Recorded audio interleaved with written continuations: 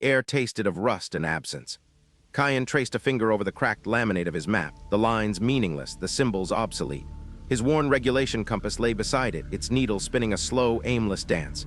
He sat hunched on a concrete slab, part of a collapsed overpass, the skeletal remains of the city sprawling below him.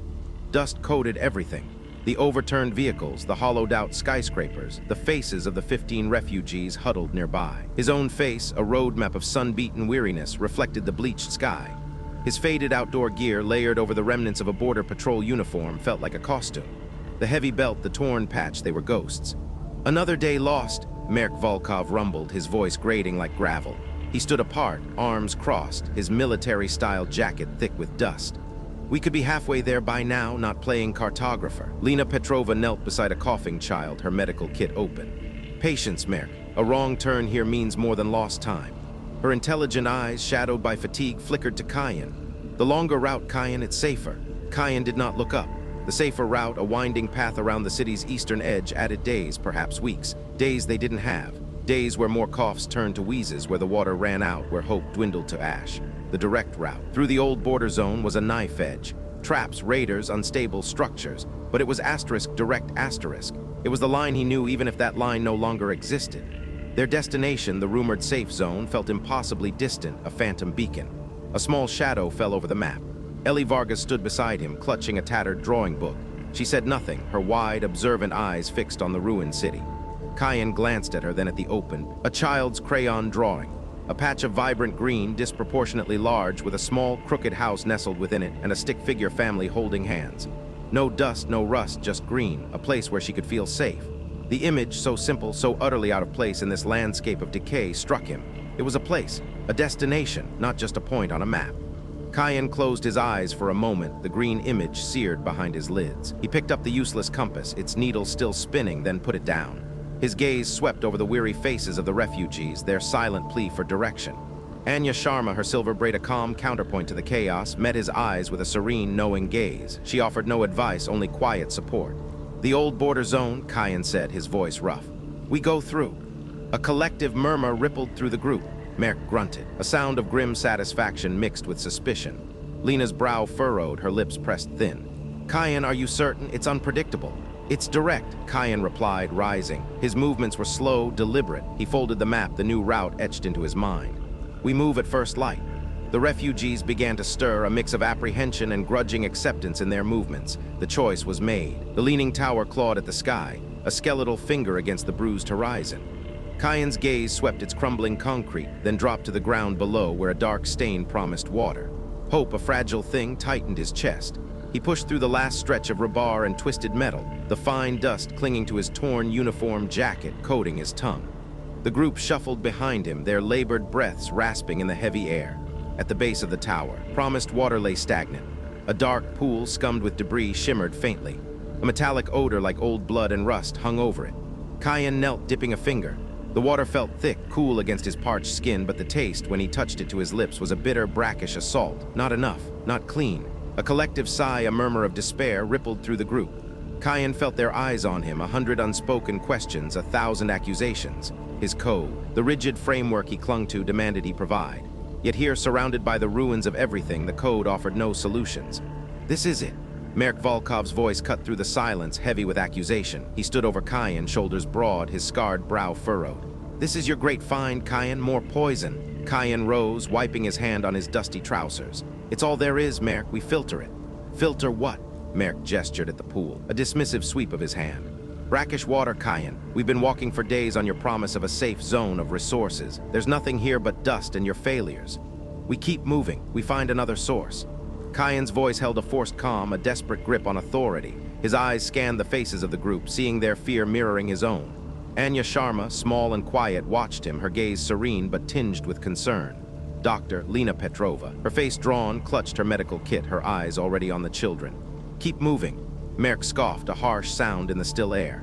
"To where, Kian? Another empty promise? Your code has us dying of thirst. My way, we would have taken what we needed when we needed it. We wouldn't have wasted days chasing ghosts." "Your way leads to slaughter, Merk. It always has."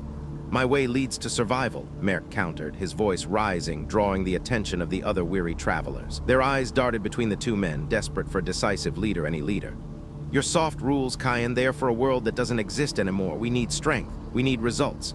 The argument hung a suffocating weight. Then a small, choked gasp pierced the tension. Ellie Vargas, the 10-year-old, swayed on her feet. Her tattered drawing book slid from her grasp, landing with a soft thud in the dust.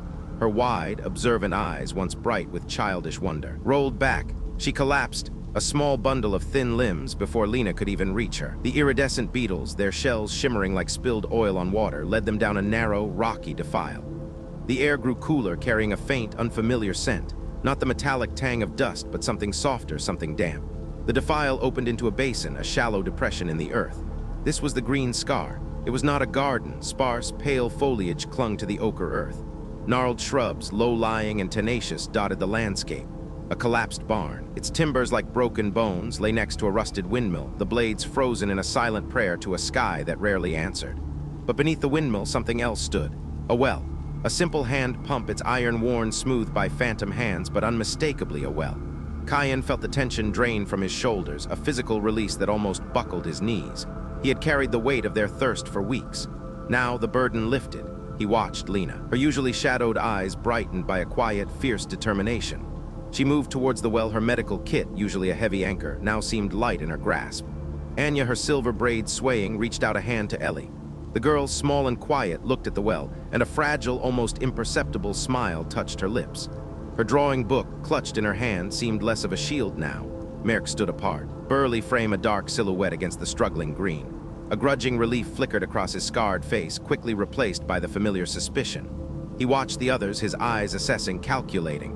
He did not move towards the well. Lena reached the pump first. She gripped the handle, her muscles straining. A groan of old metal, then a gurgle. A thin stream of water, clear and cold, spilled into the trough below. Kian moved forward, a canteen already in his. Ellie let out a small, soft sound, like a sigh of wonder. Anya simply closed her eyes, a silent blessing. Kian knelt, filling his canteen. The sound of the water, a steady, rhythmic splash, was the most beautiful sound he had heard in years. He looked up, about to offer the first drink to Ellie, to Lena. Merrick moved then, not towards the water, but towards the well itself. His heavy boot landed on the rusted pump mechanism, a deliberate, crushing blow. The iron shrieked. A sickening crunch followed. The rhythmic splash of water choked, stuttered, then died. Ellie's drawing book slipped from her fingers, landing with a soft thud in the dust.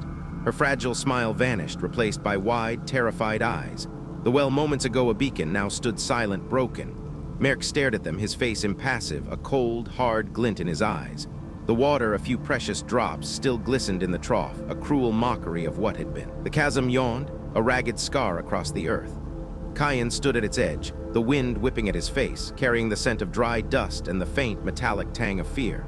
Below, the sheer walls plunged into a gloom that swallowed sound, a natural barrier as absolute as any border drawn on a map. On the opposite side, the rumored safe zone shimmered under the harsh sun, not a beacon of hope, but a crude fortress. Makeshift barricades of twisted metal and scavenged wood rose haphazardly. Figures moved behind them, indistinct, but their postures radiated suspicion, their weapons glinting. No welcome existed there, only exclusion. The weight of the journey, the endless search for a haven that did not exist, pressed down on him. The weariness in his bones was a familiar ache. He had led them here, chasing a ghost. A small figure sat a few paces away, hunched over a tattered book. Ellie, her small hands smudged with graphite, her brow furrowed in concentration. She drew, oblivious to the grim reality unfolding before them. Kian watched her, a quiet curiosity nudging through his despair. He moved closer. Ellie's drawing filled the page. It was not the chasm, nor the hostile compound beyond. She had sketched their group not as scattered individuals, but as a circle. Faces, recognizable even in their simplicity, turned inward. Hands, surprisingly detailed for a child's drawing, reached out, fingers intertwining. A small, vibrant sun shone above them, its rays touching each person. No borders separated them. The desolate landscape around them in reality stood in stark contrast to the quiet strength of the imagined community on her page. Anya approached, her movements quiet as dry leaves. She settled beside Kian, her serene gaze falling upon Ellie's drawing. "She sees it, doesn't she?" Anya's voice was soft, a whisper against the wind. "The true stronghold." Kian looked from the drawing to the fortified compound across the chasm, then back to the intertwined hands on Ellie's page. The stark reality of the safe zone, a place built on fear and exclusion, solidified his dawning understanding. He had chased a physical sanctuary, a place to hide. Ellie, with her simple lines, showed him the sanctuary he carried within. "It's not a place," Kian said, the words a rough discovery. "It's us." Anya offered a small, knowing smile. Always has been. We build our own walls, Kian, or we tear them down. Across the chasm, a commotion erupted. Shouts, sharp and desperate, echoed faintly. A small group, perhaps 5 or 6 figures, stumbled out from behind a cluster of rocks near the hostile compound. Merc, his burly frame unmistakable, led them, his face a mask of primal fear. They moved with urgency, but the figures from the fortified zone emerged, weapons raised, blocking their path. Merc's group was trapped, caught between the chasm and the armed guards. His deep-seated prejudices had led him right into the maw of the very exclusion he practiced. A cold dread settled in Kian's gut, quickly replaced by a fierce, unfamiliar resolve. Merc, the man who had preached division, was now the clearest example of its devastating cost.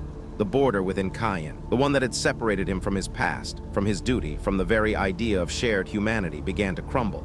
He saw not just Merc, but a part of their collective, a part of himself in danger.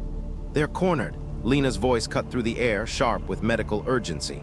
She had moved to Kian's side, her intelligent eyes assessing the perilous situation. Her hand instinctively went to her meticulously organized medical kit. "We have to do something." Kian turned from the chasm, his eyes sweeping over the weary faces of the group. Fear still lingered in their expressions, but something else had begun to stir, a fragile hope, a readiness to follow. He had been a soldier, then a broken man. Now he felt the stirrings of something new, something stronger. "We go in," Kian stated, his voice clear, devoid of the hesitation that had plagued him for months. His gaze met Lena's, then Anya's. "Not through the chasm. We find another way. A flanking route. Merc's group is exposed. We move fast, hit them from the side, create a diversion." Lena nodded, her face grim but determined. "I'll get the medical supplies ready. What do you need?" "Everyone," Kian said, his voice carrying new authority. He looked at the other group members, their eyes fixed on him. "We move as one. This isn't about rescue, it's about proving what we are. We are the safe zone."